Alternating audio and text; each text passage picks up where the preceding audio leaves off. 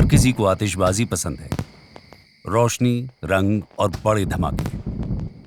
लेकिन आतिशबाजी का इतिहास गले लगाने और जश्न से नहीं जुड़ा है।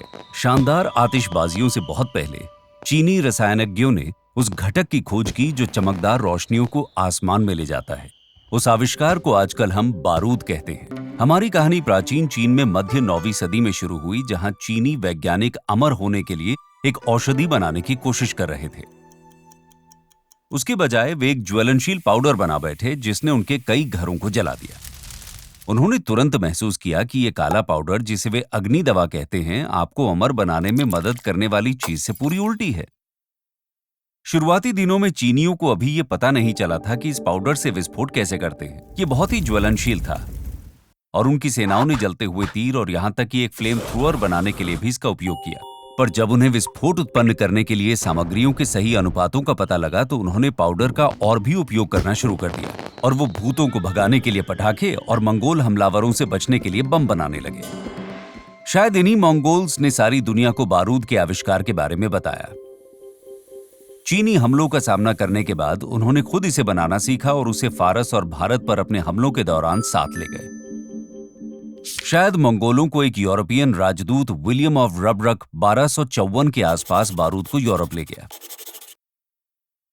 वहां से इंजीनियरों और अन्य आविष्कारकों ने सभी प्रकार के विनाशकारी हथियार बनाए, बम से लेकर बंदूकों और तोपों तक। बारूद ने हवा में बनने वाली सुंदर लकीरों की जगह दुनिया पर कुछ बहुत ही भयानक तरीकों से अपने निशान छोड़े। तो काला पाउडर पटाखे को आकाश में कैसे पहुंचाता है? आपने पुरानी वेस्टर्न फिल्में या कार्टून्स देखे होंगे जहां बारूद की ट्रेल को जलाया जाता है और वो एक बड़े और स्पष्ट रूप से विस्फोटक बैरल की ओर बढ़ती है। जब आग बैरल पर पहुंचती है तो एक बड़ा धमाका होता है, लेकिन वो ट्रेल खुद क्यों नहीं फटती है? ऐसा इसलिए है कि पाउडर को जलाने से ऊर्जा और गैस मुक्त होती है।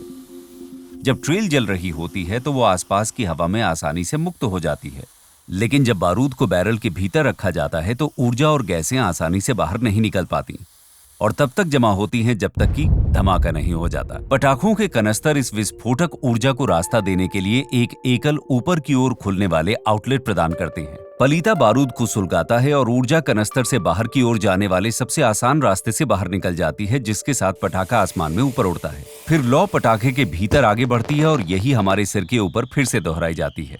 तो हालांकि चीनी रसायनज्ञ अमर जीवन का यौगिक कभी नहीं ढूंढ पाए, फिर भी उन्हें कोई ऐसी चीज मिली जिसने आगे चलकर सभ्यता को बहुत प्रभावित किया और अनेक त्रासदियों का कारण बनी। पर आज भी जब हम उत्सव के माहौल में रात में रंगीन आकाश को देखते हैं तो हमें आशा की किरण दिखती है।